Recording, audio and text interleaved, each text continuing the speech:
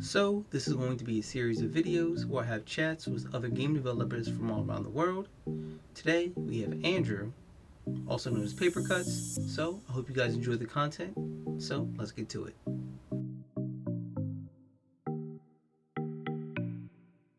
So, I wanted to ask you, okay, how did you originally get into game dev? Like, where did it all start at for you? Pretty much. I've been a gamer since I was a wee little kid. So like I'm in my the shitter end of the 30 bracket right now. So I've been gaming for a long time, and just never really been wanting to make games. It never even occurred to me that I could even do it myself. I always thought it was just something that these geniuses do that kind of dedicate their entire lives to. But as the lockdown happened, I think it's a similar story for a lot of people, like the pandemic a year and a half ago or whatever.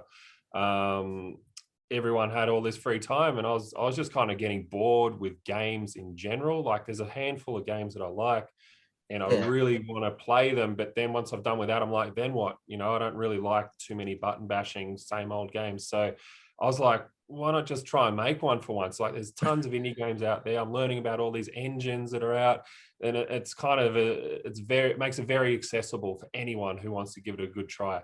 So that's where it all started, just like clicking around, watching tutorials, and just trying to do something basic, hello world and all that kind of stuff. So yeah. And you started what, a couple months ago, a year ago, or Officially, probably nearly a year ago, maybe 9 months ago. But I only started the YouTube channel and announced to my friends and trying to gather a social media, following probably in late January, I think. But yeah, I officially started learning how to make games or learning the steps of how to do it probably about 9 months ago, roughly. So I don't know, 2020 around August, September, something like that. So yeah. yeah, you're doing better than me, my guy. Because No, I I don't think so. I kind of like when I put videos out, I make it seem better than it actually is, and I hide the bad bits. So, yeah, no, I think you're doing a lot better than me. Your games come a lot more progression than what mine is. From what I've seen that you've done so far. So, yeah, well, I mean, I had a goal. My goal was more so to, okay, I don't want to work a job that I'm definitely not gonna like. So yeah, game dev is it still is like my out. yeah, It's my your way to, hobby. yeah. Yeah, It became like a hobby. It became like a passion, and then now I'm in love with it, and this is like what I want to make like my career. So, and I don't only want to do game dev. I kind of want to branch out. I don't yeah. know. I There's don't know if it's the same for you, or if you want to well, Well, yeah, I was going to say it's just like it opens many doors. Like game development, solo indie game development is something you kind of have to do. You have to know the marketing, you have to know the graphics, how to make your own graphics in whatever style you choose, all the coding, the engines, and then many things.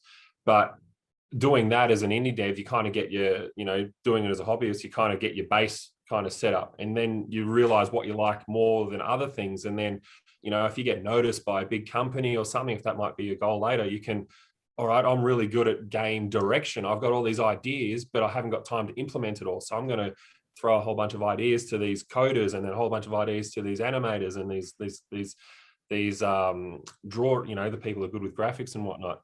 And then that might be a thing. But yeah, it opens many doors is what I'm trying to say in a long-winded way to, as a solo indie game developer. yeah, I definitely feel the same. It's just for me, I don't know. I guess playing games wasn't enough for me. It's like Yeah. you start playing a game and you start wondering okay, how is it built? And then Yeah. once you get behind the wheel, it's just like, okay, you kind of fall in love with this whole idea of making games and how you Yeah. make particle systems and main menus and everything that comes along with making games, marketing, And you really appreciate it more. Like something that yeah. might take, you might look at it for 5 seconds, like, oh, that's cool. Next, the main menu, the whatever. You really appreciate every tiny little detail more once you realize the amount of time and effort that goes into it, and the knowledge you need to have to be able to do these things. Hey, Exactly, like the guys behind Hollow Knight, yeah, they're gonna be appreciated forever. As far as Metroidvania games, mm, I definitely wanted to make one, but I was like, okay, yeah, that's a little bit too big in scope to start out with. yeah, But I don't know. yeah. I Well, feel like Hollow Knight is like the inspiration for like a lot of indie game yeah. developers. Because it's not too hard. I think it's just making it visually appealing first, and then, you know, getting the controls, the feel, how it feels, how your character feels is second. And then, you know, making the game like a long one that you want to play with all these elements that, you know, make it interesting and exciting and keep the ball rolling, you know. So that's always that I see indie game developers want a Metroidvania or a 2D platformer of some sort. That's the first step, I'd say. But you can make your number one goal, because there's, you know, the ideas are endless when you want to do something like that. You know, you might be the next, you know, Hollow Knight or Celeste or something like that, where it's like you Undertale. implement something that's like new, you know what I mean, that no one thought of before or implemented. Yeah. Like, I know that like there's this joke around like it's yoink, I'm gonna copy your code and Yeah. use your code in my game. Yeah. But in reality, it's in my mind, I feel like there's only so many different varieties of code you can create, like a behavior or like make a certain function in your game. Yeah. So eventually you're gonna have to come around to the point where, okay, I'm using the same exact code as this person. And Yeah. just I kind of find that a little funny. I'm more of a visual scripter now, but I tried my hand in like raw code with Unity and C# and just couldn't get my head around it with the time that I had. But I found getting the ideas that I want to do, I just find myself Googling it and reading through forums and like, oh, here's my code. This was like a Flappy Bird type thing at the time. And I was like, I just copied and pasted and it just worked. So, all Like, right, mate, I don't maybe want to tell anyone about that, but more learning as I went on, I was like, oh, everyone kind of does that, when it comes to simple things. So yeah. And then from yeah, that, you build a knowledge where you can really get creative and, come up with your own methods of doing things and, depending on what you're. yeah, I've tested a lot of theories, man. Like a Yeah. lot of theories. That's the hope. I just have this funny mentality. I don't want to make my hobbies my job, because I've learned, I used to be a DJ and do a lot of music, and I wanted to make that my job. And when it kind of did become a job, I stopped liking it as much, because you're forced to do it to get an income. So with game dev, I mean, if I can make money from it that pays more than my real life job, as I call it, yeah, maybe we'll talk about it then. But I don't want to have to rely on it. You know how you get up in the morning, oh, I have to do this, I have to do that. But when you're not forced to do it, you kind of want to do it more. In my mind, at least, that's how I work. So I think everyone's different. But yeah, that's where I see it. Yeah. And then I felt like if I go to college, then my mind was just set on getting like a job at a AAA company or something like that, or Yeah. at least try, That's still a thing. Like, I think you're yeah. still quite young, so you can that's still easily accessible, like that idea of yours. So Yeah, and then I realized I didn't really like want to work under somebody. So I had a yes, passion. I'm a very creative person, and I always wanted to make things. And I'm always, I've been always good at like just putting things together. So I was just like, okay, I can make a game. I'm gonna stick to this. I'm gonna go Yep. commercial, and that'll be like, like my initial start. So Yeah. Well, you're making the right steps for that, definitely. And I think in all aspects of things you learn at university or college, it's some of it's best to learn yourself, your own way, in your own time. But some of it you need just that piece of paper to say, I did this for 2 years. Here's the piece of paper to prove it. Now give me a job, kind of thing. But I think people need to think ahead of time, as like, why do I need that piece of paper? Or can I just learn everything off the internet, watching tutorials on YouTube, reading articles, and teach myself in my own time? And I don't need that piece of paper, because I can do it on my own once I gain that knowledge, kind of thing. I think yeah. it's one or the other, or maybe multiple things. So Okay, so like what are some game engines that you were like, like using recently? well, I started with Unity. I don't think that was a mistake for me, but I just did my, a few days of research of, Googling around, seeing what people like the most. And I was like looking at Unreal or Unity. And I just always thought to myself that Unreal's a bit too technical, because everyone makes these amazing 3D open world games with Unreal. I was like, oh, I don't really want to do that. I just want to make something 2D to start with, pixel art game. And so I just completely dismissed Unreal, which I don't think was a good move, but I'm a bit like that. I'm like, no, don't like it. No, don't like it. No, don't like it. And then find something. So Unity seemed to be the more accessible. It's free. I mean, Unreal was too, but like it just ticked all the right boxes for me at the time. And every game that I've been playing, an indie game, it says made with Unity, it pops up forcibly at the start. So it was already in my mind of like, oh, that's what indie gamers use to make games. But a few months down the line, I just couldn't get my head around C# to do what I wanted to do in the free time that I had to do it before I start losing interest. So I started looking at visual scripting, which is Bolt and Playmaker. That became even more confusing because not only do you need to know the fundamentals of programming code, you kind of need to learn how to do the visual scripting the way they want you to do it. And it's kind of, I may as well just learn raw code anyway if I'm going to put that kind of time into it. And I just kind of got the bare bones down of my first level, the controlling, the movement of the enemy, and kind of couldn't go any further. And then I was like, right, I'm going to spend a week to look at other engines and other ideas, and found Construct 3, GD Script, and GameMaker Studio 2. And after all those three giving them a good go, I've stuck with GameMaker Studio 2 because it just kind of did everything that I wanted it to do without having to dig too far deep into like, how do I do this? You know, you Google around and watch a tutorial. Everything kind of started clicking. And I found myself doing things on my own without having to watch a tutorial, the way they got their menus and the visual scriptings set up. So yeah, so long story short, I'm on the GameMaker Studio 2 from Unity after giving everything a decent go. So yeah. That's definitely like a smart decision because, okay, so as far as me wise, working, it's part-time, but I realized I'm spending like most of my nights just being up, like just getting work done. So I know time is like, it's definitely like of the essence. So yeah, I definitely absolutely. agree with you on that. It's finding that time, and especially while you're young and energetic, like use all that energy that you have. Like I've always been from the get-go, like even since I was late teens, early 20s, I was just like, I'm not sleeping. I'm just going to go to bed at midnight, 1 o'clock, and get up at 6 and just keep going. And it was good. And you don't really burn out that easily as long as what you're doing is fun. But enjoy that energy while you got it, because it gets a bit tougher by the time you get in your 30s. Coffee, man. Yeah. I felt Man, it burned me out already. Sorry. Yeah, I'm already chugging it down. Oh, that also reminds me. So for pixel art, man. Well, I didn't actually want to make a pixel art game, but how did you like get like invested in the pixel art? Like how did you where did that all start from? Firstly, I think your game looks great the way it is. Like some things you could probably do more of this and more of that, and you'll figure that out yourself as you go. But like, if you turn your game or make a game, turn your they hidden we hidden. we hidden. Sorry.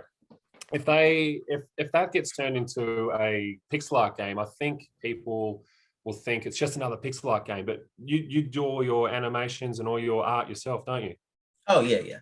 So that's something you're already good at. Don't try and force yourself to be something that doesn't come naturally to you. If you can draw those characters, like I can't do that. So make the most of it. Like, and I think pixel art's getting a little bit played out lately, and I'm starting to learn that. Oh, just another pixel art game. Oh, what to do? And then people are reacting more positively to something that's not pixel art, even though it's basically the same game, one or the other. So yeah, give it a go. But yours looks great the way it is, the way you've got your hand-drawn styles and everything. You scan it in, or you hand draw it on your tablet or whatever. That's a really, really good thing. And not many people can do that without having to hire other people to do it for them. You know what I mean? So yeah. And I believe that everybody has the ability to draw. Okay, you Yeah. might be able to draw a stick figure, but what you don't realize, you have hidden potential behind that, and you can make great, fantastic art. Don't ever, like lower yourself or set yourself under the bar because you can only do this. Okay, then you can make a fantastic game, or you can make fantastic art using that style, which is why I feel like a lot of people, they just automatically go to pixel art because they'll say, oh, I can't draw. That's not the case. Once they start realizing they're doing pixel art, it's harder to do pixel art sometimes than actual drawing, because you got to think outside. Like, you just don't draw a head, a body, 2 legs and 2 arms. You kind of, if you're going to do that in pixel art, you got to get all the jaggies right, like get all the pixels lined up right so it looks good. It doesn't look too like unnatural, which is a really hard thing to do. To make a bird look like a bird in pixel art form, I think it would be easier for me to draw that bird freehand or something, just naturally with a pen and paper. But with pixel art, you really got to put a bit more effort into making something that isn't natural, making it look natural, which I've learned a lot. Yeah, like the animation and how smooth it Hmm. is. And I watched Making like, the flapping kind of thing. I'm sure that's easier with actual freehand, old school animation rather than pixel art. yeah, So, yeah. which is why I was thinking about, I was like, well, I was more so thinking of pixel art for like maybe some fan art. Like I wanted to like kind of try something out one day. And I was just like, okay, if I ever like decide to do like a GIF animation of my character, I feel like I would be really bad at it at first, but you practice and you keep trying. But it was just like a thought. I was just like, okay, pixel art is much harder. Well, pixel animation is much harder than I thought it was. These guys are talented. It takes a long time too to get everything just right to make it look natural, and rotoscoping is a good technique to do that. But I think that only works best for like humans walking. If you try and rotoscope an animal, it might be a bit tricky because you're constantly googling images of this, a sloth or a toucan or something like that being natural in its own habitat, and that's few and far between to find that kind of footage that'll work for that rotoscoping technique. So now I kind of want to talk about your game. So Swooping Justice, right? Okay, so like what's the end goal of like Swooping Justice? Because I know you said that um you wanted to come to Steam and what do you like fully want to do with it? I've always been a Steam gamer. Like I've had an NES, a Super Nintendo, an Xbox as I was growing up, and then when I got into PC games, I never really looked at consoles. So I've always been on Steam or buying the actual hard copies from way back when it came in boxes. So this last 10, 15 years, it's been on Steam always. So I never really thought of even putting anything on a Switch, putting anything on a tablet or mobile device or, any console. So it's always been a Steam idea. But as I've, gotten more into what other indie gamers are doing, the whole world's your oyster these days. So I'm just going with Steam for now because that's what I'm learning how to do, to code for PC, to have it workable on Steam. And then if that gets a bit successful, I can put it on a mobile device or Switch or whatever people might be interested in if it gets successful. But I'm just using Steam as a stepping stone to see how it's going to be received once it's completed. So yeah, that's the idea. That's the short-term goal for the next year. Get it done, get everything uploaded to Steam, click launch, and keep my fingers crossed that these wish listers are actually buying the game and playing it rather than just being a mate and like, oh, wish list your game, but they never want to play it in the end. So yeah, we'll see how we Yeah, go. what's crazy is a lot of people will wish list it, but the people Mm. that actually like buy your game that are like wish listing it are probably like 5 to 10%, which is Absolutely, which yeah. is And it goes the crazy. same with YouTube too. Like you might have, 1,000 subscribers, but only 200 or 100 of them are going to actually genuinely engage and watch all your minutes that you put up in your video and click like and write a comment.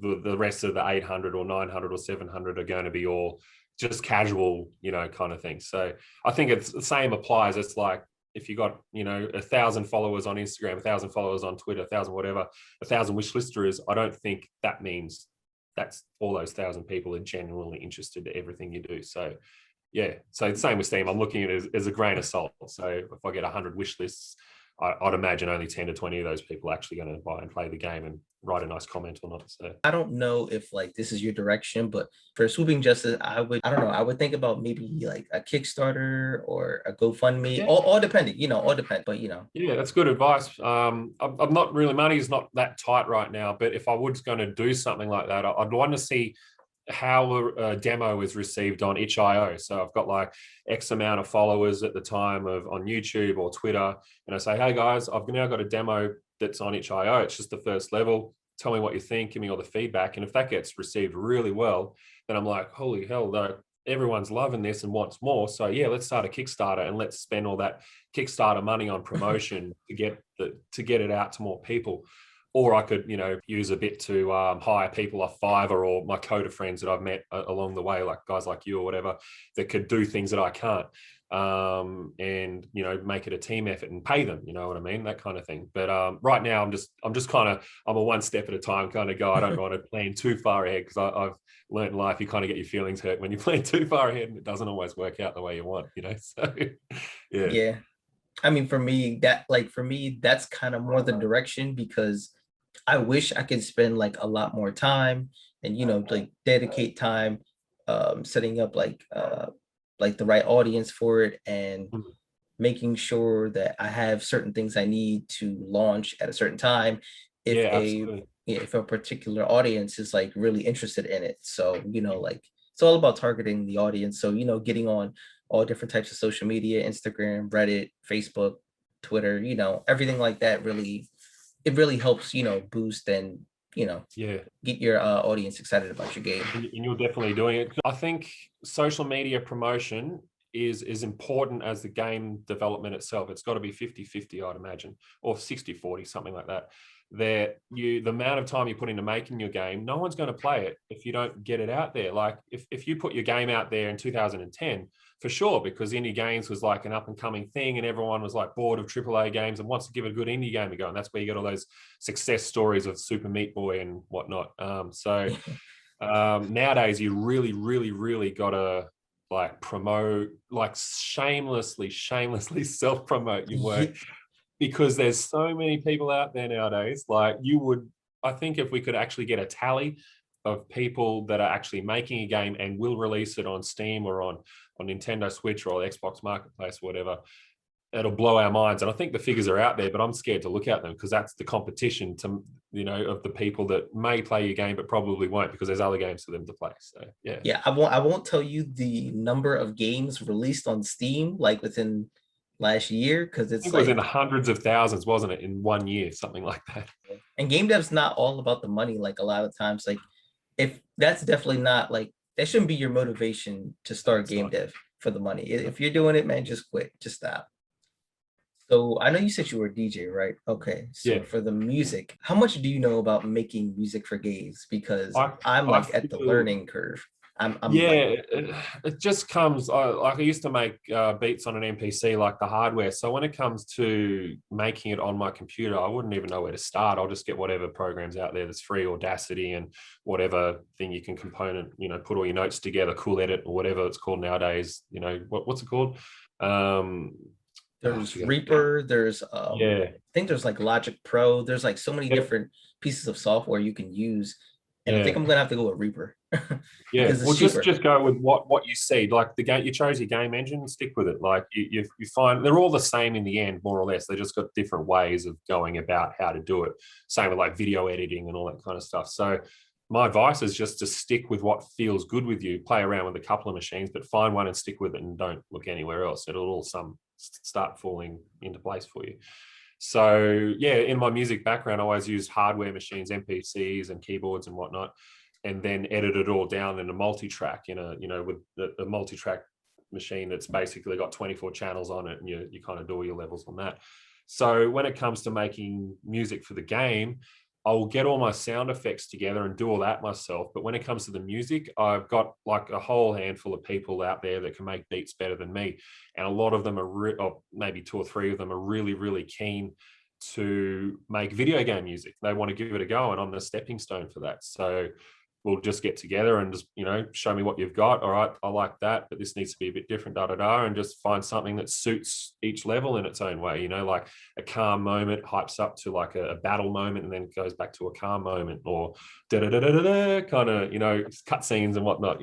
All these ideas are in my head, but I think I just want to focus on the game development rather than the music and all that. I will probably outsource that and collaborate with other people and make it worth their while in the credits, or yeah. Now I'm gonna like take the time. I'm gonna have to do this all like next month, to be honest. I'm gonna take time and learn how to like actually make decent music. Like Yep. it's not gonna be anything like really good music like Hollow Knight or anything like that. Yeah. But it's gonna be, it's gonna be still simple, but it's still a curve that you have to get over, when you're like starting game dev. So yeah, because it's funny you say that because I feel like music is very emotional, and I can see like the music. I can hear the music like in your game. If you just close your eyes, like I can feel like like the beat kind of drop, but it's kind of angry, but then it's also quirky at the same time. Yeah, If you kind of know yeah. what I mean. So Exactly. like I can Yeah, almost kind of picture it in my head, and I can yeah. see myself. I can definitely see myself playing that, Well, and that like means you've got it. Like if you can visualize or hear things in your head, like that means you've got the knack for it. That means you've got the talent to be able to progress quite quickly if you just give it a good go. So yeah, if you can hear things, you can look at things and you look at a completely mute game and you can hear the music. That means you've got it. So you just got to get out there and start doing it and learning how to program the tools that you're going to be using, Pro Tools or whatever, to make these music. So what's your plan, Xavier, with Peak Pineapple? With they hidden. So like I'm probably like 2 weeks behind. So the goal is maybe September. I think it's gonna have to be September. Yeah, it looks like I you've feel got a like good chunk. You've got multiple levels. You've got like everything there. I think it just needs, a couple other things and a polish overall, and it might be ready. Like I don't think it's too far away from what I've like post processing. Localization was it, and I'm still going through that. It's, oh my god, it is the worst. Like, what are if you you don't have releasing? I don't think I've paid heaps of attention as to what exactly. I know it's a mobile game, but is it going to be on Steam as well? Are you going to do all the reroute you can? Yeah, so Steam, the Play Store and the App Store. So Okay. I'm gonna have to figure out like marketing on the actual App Store. So not like Facebook or like anything like that, because the apps, I don't know, like the App Store is like really expanding. It's becoming something like really big. I just got a notification on my phone the other day saying something about there's some type of game store, like within the App Store, like it's just like for games itself. Like Apple is really outdoing themselves, so that's definitely a platform that I have to sell it on there. Well, not sell, it'll be free, but game devs only make money through mobile games. One, if you either pay for the app itself or if you have some type of ad in it. Like, I wish I didn't have to, because I know a lot of people, they don't really enjoy seeing ads on the phone, but if it's a short ad, if it's 5 or 10 seconds between levels, and why not? Like everyone does it. People get used to that kind of thing over time too, as long as it's not pay to win, or you gotta spend $5 to get these tokens to get the new skin or the new upgrade. Like people don't like that. But an ad that pops up, it's expected. If you're going to play a game on your mobile device, it's expected to have ads pop up, unless you pay a premium fee to make it go away. You pay me $15 and you'll never see another ad again. You can have. Oh yeah, I'll definitely have like a like remove these ads for like, I have no idea like any of the prices just yet, but like it'll be, it'll still be like, it'll still be like really cheap, but it's you get access to certain skins and maybe a certain ability. I'm still trying to figure out like how I want to make this game really interesting, because I feel like interesting already. Well, the concept of it was like, I'm a very creative person, and I just remember laying in my bed and I was about to go to sleep, and I was like racking through my mind. I was like, okay, what do I want this game to be? Because originally and all these ideas flow in, right? I was gonna make a Metroidvania game, and I was like, no, too big.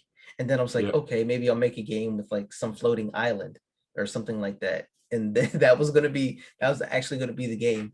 And then as soon as I closed my eyes, I picture like hide and seek, and I'm like, this can take off, and it's multiplayer. That'll be great for kids. You got all audiences covered. Like it's kids love hide and seek. Everyone's glued to their screens these days, but kids still love. I got a nephew that's 5. And the other one's 1 now, but they love like just running around and hiding and being mischievous like that. And having that as a game is something that's appealing already. So that's a really good idea. Yeah, and I don't know. I just felt like this was a really good concept that would just take off, and I could see lots of people, playing it, but that wasn't like the initial goal. So I mean, if I somehow do get rich off of this game, that would be nice, but that wasn't the initial goal. It was more so like just kind of getting myself off the ground. That's a good attitude to have, and whether it's successful or not, at least you learn a lot of things, and for the next game you're like, all right, I'm going to do less of this and more of this, when it comes to all aspects, promotion, marketing, and certain fundamentals of the game and the mechanics in it to make it good or bad in the future. So for me, I value that. A lot of other people, they'll get irritated or mad. I value that, and I came back harder like next week, and I made the game so much better, and he loved it. And then he started making more videos on it, which is important to get reviews. Always like put put exclusive, like make it like solely to that person, like do whatever you can to get a review. I'm Yeah, still waiting on a yeah, review for my game. yeah. Yeah, on itch.io, it did not do as well as I thought it did, but I'm I still new actually to. haven't. I think it's the time. That's the thing. Like it's out of everyone that I'm talking with in the devlog YouTube or Twitter community, everyone has a game on itch.io, and some have dozens of game on itch.io, and it's really hard to find the time as a developer to play other people's games. So now I feel bad and guilty that I haven't actually played yours either. But so it's the first thing I'll be doing after this. But it's like it's you can't blame them because your fans, our fans that watch our devlogs are just other devloggers too. Mostly, there are maybe 20% of them are actual just people that aren't that game developers, and they aren't trying to make their own game and get their own ideas. They might just genuinely be interested in what you're doing. But a lot of people following us are actual developers with their own projects, and having them find that time to do to look at someone else's game, it might not be possible for them. So you can't blame them. I don't think, like, just because you didn't get lots of plays and lots of reviews on each show doesn't mean it's a bad game. I definitely don't think that. It's just your audience is growing, and a lot of that audience has their own projects too, and maybe Yeah. maybe just come at it from another angle where say, hey guys, play the game, leave a comment and I'll check out your game too, kind of thing. Do that. It's not sub for sub, but it's like, hey, I really want people to play my game, and if you play my game, leave a comment, and I'll go check out your game, and then it's a win-win for everybody. So you'll have guys like Dev Nugget or Fennec Fu be like, I'm going to play your game, but they're all going to play because they're doing the same kind of thing on itch.io too. They're putting out games too. It's really the target audience that you're like going after. So, Yeah, and this is, I don't know if like anybody else knows this, but I'm gonna give you guys like a little secret. I found that if you go on Omegle and you tell people that you're game developers, I promise you, you will have a really small audience. You'll have like 2 or 3 subs, but if you yeah. give it like an hour or two, yeah, it's actually like a really good place to like kind of promote yourself, kind of, because people are It's an interested in it. undiscovered thing that to be exploited. Yeah, it's not oversaturated. Yeah, because like a lot of people are found on Omegle, like, and I didn't realize it. And I used to just go on there, just have, like just cool chats, with people. And I found that that was a really good website to just kind of like get yourself out there because, you go on Omegle for your talent. Game dev is a talent. So I just Yeah. kind of, I was like, hey guys, just talking to them, and they kind of took to it. So, um, oh, also being really specific. I also realized being really specific in social media like groups, like if you Mm. get down to the nitty gritty, like strategy games or like like something just very specific, you'll find Yep. like a group of people that to talk to, and they might be interested in your game as well. So, but you have to Yeah, be really specific that's really though. good. I never thought of it like that. When it comes to Reddit, I just kind of go to the general subreddits where it's like game development, indie games, pixel art, just the general. But if you type in strategy games, if you're making a click, what is it? Point and click strategy game, like real time strategy, command and conquer, whatever. If you're doing your own game, there's probably a half a dozen forums which is only about specific types of games. So I'd never even occurred to me to look for those Reddits like that, or any social media forum. Yeah, Yeah, you have that's to just true. get like really specific. It might be only like a few hundred, but those are the solid few hundred that will, Yeah, follow your work and by far. actually play your game. So that's Yeah, like, I realize that's like a really important thing that like to do on social yeah. media. Be very specific. That's something. Yeah, that's. I think you should make your own how to social media video yourself, like like a part 2 of mine or something, where like, because I only listed a handful, but with your ideas that you got right now, that's a whole video in itself right there. Like, go do it. Like that'll get you some clicks for sure. Yeah, that's definitely on the list. That's like on my list of videos to make, and it's like extremely long. My game, like, have you ever worried about like your game being related to like another game? Like they're Yeah. too similar? Yep. On that note, you could probably put that in the main video. There is a game called Swoopy Boy. That is an Australian magpie game as well, because Australian magpies, if you probably looked into it, are notorious for swooping during breeding season, which is spring here. So it's just a trial by fire. What do you call it when you're a trial of manhood or whatever as a kid Oh, here? You grow up, you get swooped by magpies here. It's just a given. It just happens. Too bad. So it's in Australian folklore that if you get swooped by a magpie, it's just the way it is. Like it's just comes with the territory of living here. So this guy made a game and it was very, very successful. 30, 40, 50,000 downloads on the Apple Store or whatever. And I didn't even know about this game until I was 3 months in, until like March or something, after I even started the devlog. And then I found out, shit, there's already a game out there that's similar to mine. But his game, which is good, it kind of might be a bit of a struggle if my game's popularity. Oh, that's just Swoopy Boy Part 2. You just cloned it. I'll have to explain to them, but like, no, his game is just a static background with the bird just goes. You can't even control where it goes. You just hit the one button. It's just a mobile game, just the one click, and it swoops as things are moving past. My thing's kind of like, my game's a Street Fighter game. It's like you're the bird and the character is, the other character is the enemy, like whereas Ark is the politician, whatever. So every enemy is going to have their own attack, and you got to fight it like a Street Fighter game. And it might have zoom in things for later. It might, background might move around too. But it's going to be different. It's going to have a story. It's going to have like cutscenes. It's going to be like a very, very story-rich lore to go with the game, that it's all getting implemented as we speak. But yeah, I am a bit worried that he's going to get compared to that.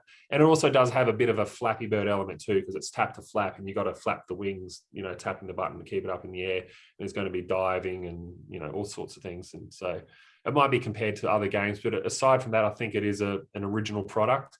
It just on face value might be like looked at as a Swoopy Boy game when it's not. It's just coincidentally a Magpie, which is like comparing Wolfenstein to Doom to Quake to Call of Duty to Battlefield. Like, yeah, they all started with Wolfenstein, but it's the progression. You don't call Call of Duty a Wolfenstein clone. No, that's just the first of its genre. So as time goes on, I hope people realize that, yeah, there can be more than one Magpie game out there. Yeah. And yeah.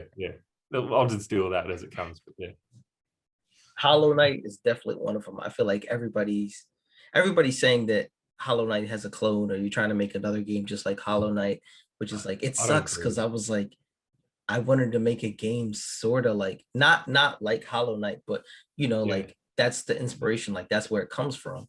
And I was just like, okay. I think that's just a very immature thing for people to say, and people that like Hollow Knight are generally young people who haven't seen that. Like the idea of the Metroidvania came out from Super Metroid and Castlevania, which came out in the 80s. So they probably don't even know where the term Metroidvania comes from on face value. Like, oh, that game's just like Hollow Knight, when it's no, Hollow Knight's like Metroid, Hollow Knight's like Castlevania, Hollow Knight's like all these other games that came before it, dozens and dozens of them that they just don't know about. So it's an ignorance thing, and it's an immature thing, and it just comes with the territory. It can't be avoided. There's always going to be haters out there that are going to shoot you down for something that they just don't know anything about themselves, and they just put a premature comment on the internet. And if we see it, then we're just going to say, well, I think you should do your history, mate. Like there's actually more to it than what you're saying. So thank you for your comment. Goodbye. Leave it at that. So yeah, there's definitely always like an origin point. Like this, like the game that you might be thinking about wasn't like the actual starting point, because a lot of games they have like a jump start. It's like, okay, I like this part of Super Mario, but I also like this part of another game. Okay, I'll clash them together, but I'll also change up this, and then I'll add this, and now my game is original.